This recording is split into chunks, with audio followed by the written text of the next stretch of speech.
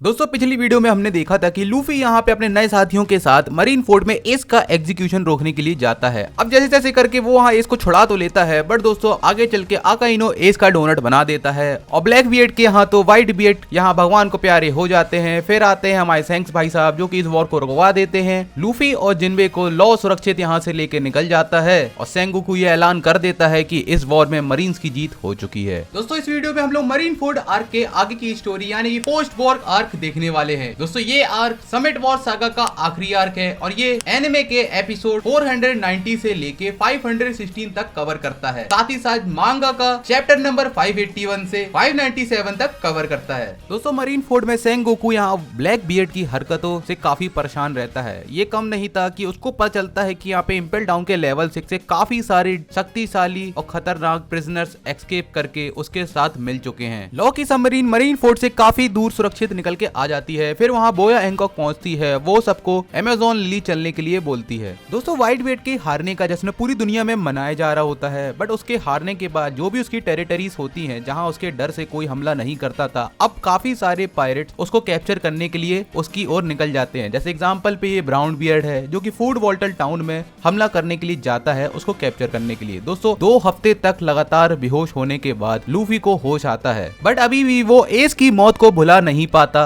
और काफी तेज तेज चिल्लाने लगता है। दूसरी तरफ बोया हैंकॉक जिसने खुद अपने हाथों से लूफी के लिए स्वादिष्ट भोजन बनाया होता है, वो लूफी की ये हालत देख के काफी निराश हो जाती है। बट लूफी तो यहाँ पूरे जंगल को तहस महस करने में लगा रहता है। एक टाइम पे वो जिनबे से पूछता है कि क्या ये सब सपना था, बट जिनबे उसको बताता है कि ये सब सच है और ये सच में मर चुका है। अब जब तक लूफी यहाँ पे रोना धोना करेगा, हम लोग चलते हैं यहाँ पे 10 साल पहले की ईस्ट ब्लू के डॉन आइलैंड में स्थित गोवा किंगडम में। तो गार्ब यहाँ पे लूफी को लेके माउंटेन बैंडिट्स के पास छोड़ देता है उसको पाल पोस के बड़ा करने के लिए। और तुम लोग ध्यान से देखो तो लूफी के पास यहाँ स्ट्रॉ हैट है, मतलब कि ये सैंक्स से मिलने की बात की स्टोरी है। यहाँ पे लूफी का पालन पोषण कर्ली डेडान करने वाली है। साथ ही साथ यहाँ पे पोडकास्ट डी एस भी मौजूद रहता है जिसको गार्ब लूफी के पहले ही यहाँ पे ला चुका है। भाई लूफी तो अपना सबसे दोस्ती करने के लिए हर वक्त रेडी रहता है, बट एस स्टार्टिंग से ही लूफी से बहुत ही ज्यादा चिढ़ता है और उसको हमेशा अपने से दूर रखता है। एक दिन लूफी एस का पीछा करते करते साबो और उसके ट्रेजर चेस्ट को ढूंढ लेता है और फिर उनको अपने ग्रुप में ऐड करने के लिए बोलता है, बट एस और साबो उसको वहाँ एक पेड़ से बांध के निकल जाते हैं। जल्दी वहाँ पे ब्लू जेम पायरेट्स के कुछ सदस्य आते हैं जिनको देख के एस और साबो तो वहाँ से भाग जाते हैं, बट वो लूफी को वहाँ पकड़ के उसको काफी ज्यादा टॉर्चर करता है और एस और साबो के ट्रेजर का पता पूछता है, बट लूफी उसको वो नहीं बताता है। दोस्तों जल्दी साबो एस को जाके बता देता है कि लूफी उसके ट्रेजर का पता ब्लू जेम पायरेट को नहीं बताएगा, जिसके बाद एस और साबो मिलके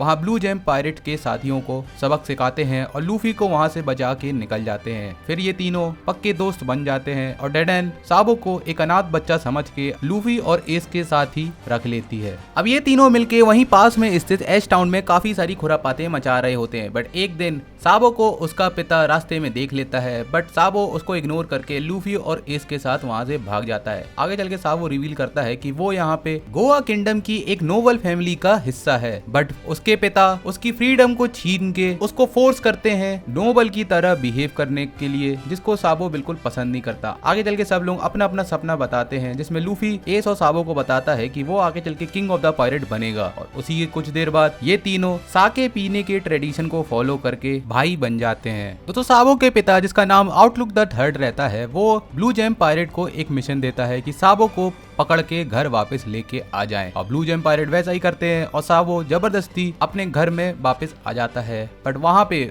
उसका सौतेला भाई उसको बताता है कि उसके फादर यहाँ पे ग्रे टर्मिनल नाम के एक एरिया को जहाँ पे गरीब और गंदे लोग रहते हैं उन सभी को वहाँ से हटा के जला के राख करना चाहते हैं, क्योंकि आज से 3 दिन बाद वर्ल्ड गवर्नमेंट के कुछ लोग यहाँ इंस्पेक्शन के लिए आ रहे हैं गोवा किंगडम में सेलेस्टियल ड्रैगन की विजिट के पहले। दोस्तों जैसे ही साबो को ये बात पता चलती है वो ग्रे टर्मिनल की ओर निकल जाता है वहाँ सभी लोग को वार्निंग देने के लिए, बट रास्ते में वो गिर जाता है और उसको लूफी के पिता ड्रैगन मिलते हैं जिसको वो ये सारी बात बता देता है। अब इसके पहले कि यहाँ कोई मदद पहुंचे, भाई आग पहले ही लग चुकी थी और इस आग में लूफी एस और ब्लू जेम पायरेट्स फंस जाते हैं। जल्दी यहाँ पे ब्लू जेम पायरेट्स लूफी को सताने लगते हैं और उसको बचाने के लिए एस यहाँ पे अनइंटेंशनली कॉन्करर हाकी को यूज कर लेता है। फिर वहाँ पे डेडेन भी आ जाती है और डेडेन और एस मिलके ब्लू जेम पायरेट से लड़ते हैं और लूफी जो कि भाई रोता बच्चा रहता है उसको कुछ लोग यहाँ से बचा के सुरक्षित जगह ले जाते हैं। डेडेन और एस मिलके ब्लू जेम को हरा देते हैं और बाकी के लोगों को बचाने के लिए यहाँ पे मंकी डी ड्रैगन आ जाता है। दोस्तों ड्रैगन के ग्रुप में इवांका भी होता है जो ड्रैगन से पूछता है कि इस इंसिडेंट की खबर उसको मिली कैसे, बट ड्रैगन उसको बताता है कि ये इंपॉर्टेंट नहीं है कि मुझे ये खबर मिली कैसे, ये इंसिडेंट दुनिया के किसी भी कोने में हो सकता है और मुझे सभी लोगों को ऐसे इंसिडेंट से बचाना है। जिसके बाद वो ग्रेट टर्मिनल के सभी लोगों को अपने रेवोल्यूशनरी आर्मी में ज्वाइन होने का इन्विटेशन देता है। हाँ तो दोस्तों तुम लोग ने भी यहाँ पे कूमा को देख के ये क्वेश्चन तो किया होगा कि कूमा यहाँ पे क्या कर रहा है। तो दोस्तों कूमा भी दरअसल रेवोल्यूशनरी आर्मी का हिस्सा था, इसलिए जब मरीन फोर्ड में इवांका उसको देखता है तो वो उसको पहचान जाता है। यही नहीं साबाओडी में भी कूमा रेले को ये बताता है कि वो एक रेवोल्यूशनरी है और यहाँ पे वो स्ट्रॉ हेड्स को प्रोटेक्ट करने के लिए आया है। बट दोस्तों कूमा के इस एक्शन की वजह से गवर्नमेंट उससे काफी निराश हो जाती है और फिर डॉक्टर वेगापंक के द्वारा उसकी सारी ह्यूमैनिटी खत्म करके उसको पूरा एक साइबोर्ग में कन्वर्ट कर दिया जाता है। अब वापस अपनी स्टोरी पे आए तो यहाँ पे अपनी फैमिली से तंग आके सावो फाइनली डिसाइड करता है कि वो समुद्र में निकल के पायरेट बन जाएगा। बट भाई उसकी टाइमिंग सही नहीं थी क्योंकि जिस दिन वो यहाँ पे अपनी जर्नी को स्टार्ट करता है उसी दिन यहाँ पे सेलेस्टियल ड्रैगन गोवा किंगडम में विजिट करने को आते हैं और सावो की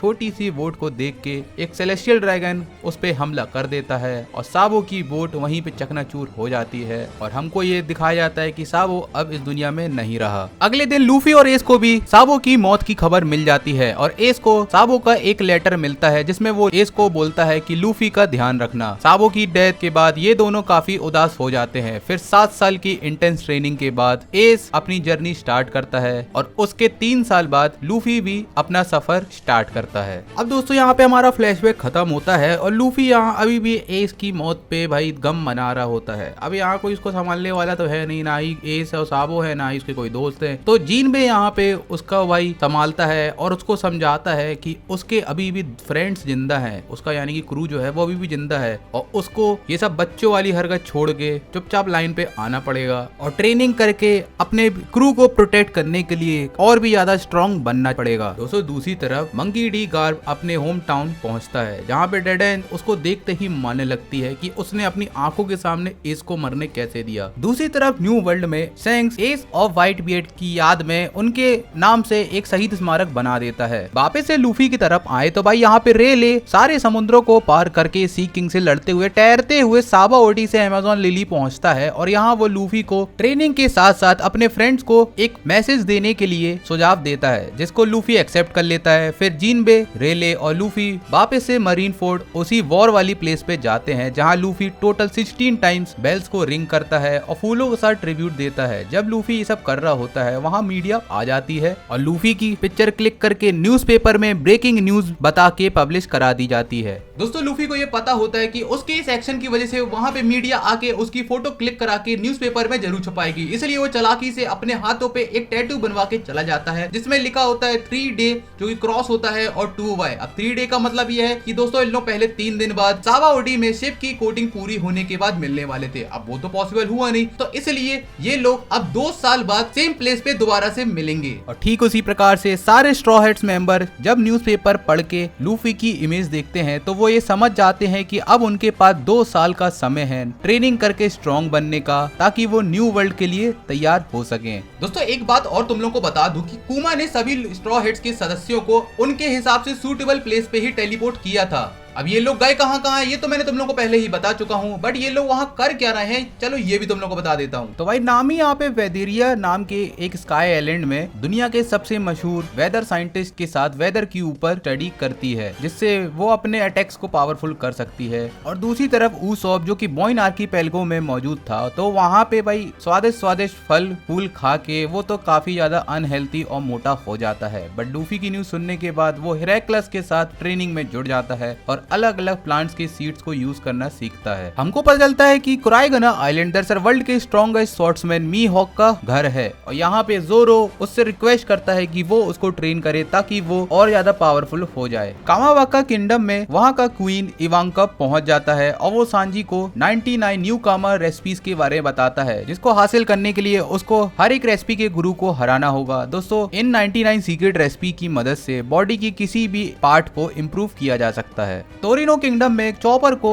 वहाँ के ट्राइबल लोगों की एक विशाल लाइब्रेरी मिलती है जहाँ पे काफी सारे एडवांस मेडिकल ट्रीटमेंट्स के बारे में बुक्स रखी हुई थी जिनको वो स्टडी करता है। दूसरी तरफ कारागुरी आइलैंड में डॉक्टर वेगा पंकी 2 में से एक लेबोरेटरी को फ्रैंकी ढूंढ लेता है, बट गलती से वो उसको उड़ा देता है और घायल होके बाद में जो दूसरी लेबोरेटरी रहती है वहाँ वेगा पंकी ब्लूप्रिंट्स की मदद से वो खुद के ऊपर एक्सपेरिमेंट करके अपनी बॉडी को मॉडिफाई करता है। रॉबिन जो कि टकीला वुल्फ नाम के एक प्लेस पे ब्रिज का कंस्ट्रक्शन करने में मजदूरी कर रही थी तो उसको वहाँ पे रेवोल्यूशनरी आर्मी आके बचा लेती है और वो लूफी के पिता मंकी डी ड्रैगन के साथ उसकी रेवोल्यूशनरी आर्मी में टेम्परेरी शामिल हो जाती है। अब ब्रूक जब नाकामुरा आइलैंड पहुंचा था तो उसको वहाँ के लोग डेविल समझ रहे थे जो कि उनके रिचुअल के कारण यहाँ पे आ गया है, बट कुछ देर बाद उसको लॉन्ग आर्म ट्राइब्स के लोग वहाँ से किडनैप करके ले जाते हैं और आगे चल के जब बाकी लोग अपनी अपनी ट्रेनिंग कर रहे होते हैं ब्रूक यहाँ पे अपने गाने लिखता है क्योंकि आगे चल के वो दुनिया का सबसे बड़ा सिंगर बनने वाला है। मैरीचुआ में सेंगोकू कोंग जो कि वर्ल्ड गवर्नमेंट का कमांडर इन चीफ होता है उसको अपने फ्लीट एडमिरल की पोजीशन से रिजाइन दे देता है और दूसरी तरफ डोफ्लेमिंगो एक गवर्नमेंट ऑफिशियल को बताता है कि उसने मरीन फोर्ट की वॉर में one of the warlord Gecko Moria को मार दिया है। तो मोरिया जिनबे और ब्लैक बियर्ड की